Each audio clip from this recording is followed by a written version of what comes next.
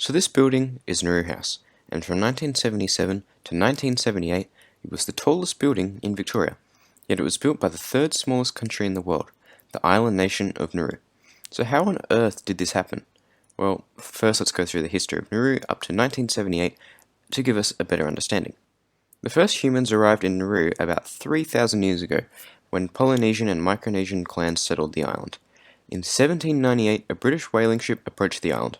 They didn't really make contact with the local people, however they kind of liked them since they were very peaceful, so they named the place Pleasant Island. Also, the flag of Nauru has a 12-pointed star to represent the 12 clans of the island, which I think is pretty cool, but that's not in the script, so let's keep going.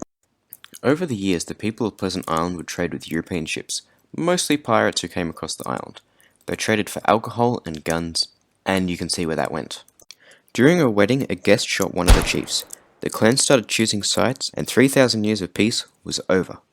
Finally, after 10 years, the war ended, but around 35% of the island's population was killed. In 1888, the German Empire annexed Pleasant Island, and included it in German New Guinea.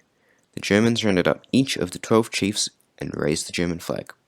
The islanders were given 24 hours to surrender all weapons or the chiefs would become prisoners.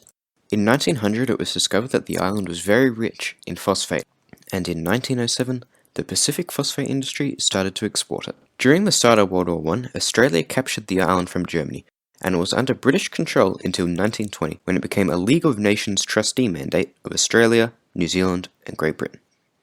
In World War II, the Japanese Empire occupied the island for 3 years in hopes of mining up all the phosphate.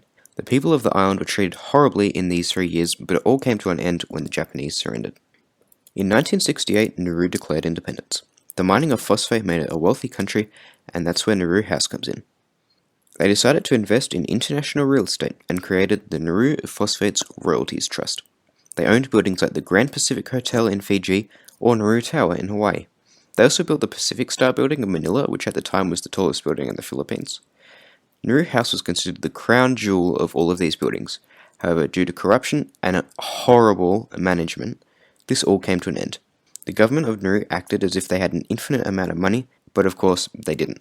They went bankrupt and the rights to all of their international real estate was lost. And so that's how the third smallest nation on Earth owned the tallest building in Victoria. Kind of an odd story. But yeah, this all happened. Imagine if I forgot to hit record. That would be annoying. I've been ranting on about Nuru House and Nauru for far too long. Okay, you know things are bad when you've been like trying to record the audio for like a 3-minute video for 2 hours. So yeah, I should really wrap this up now. Bye.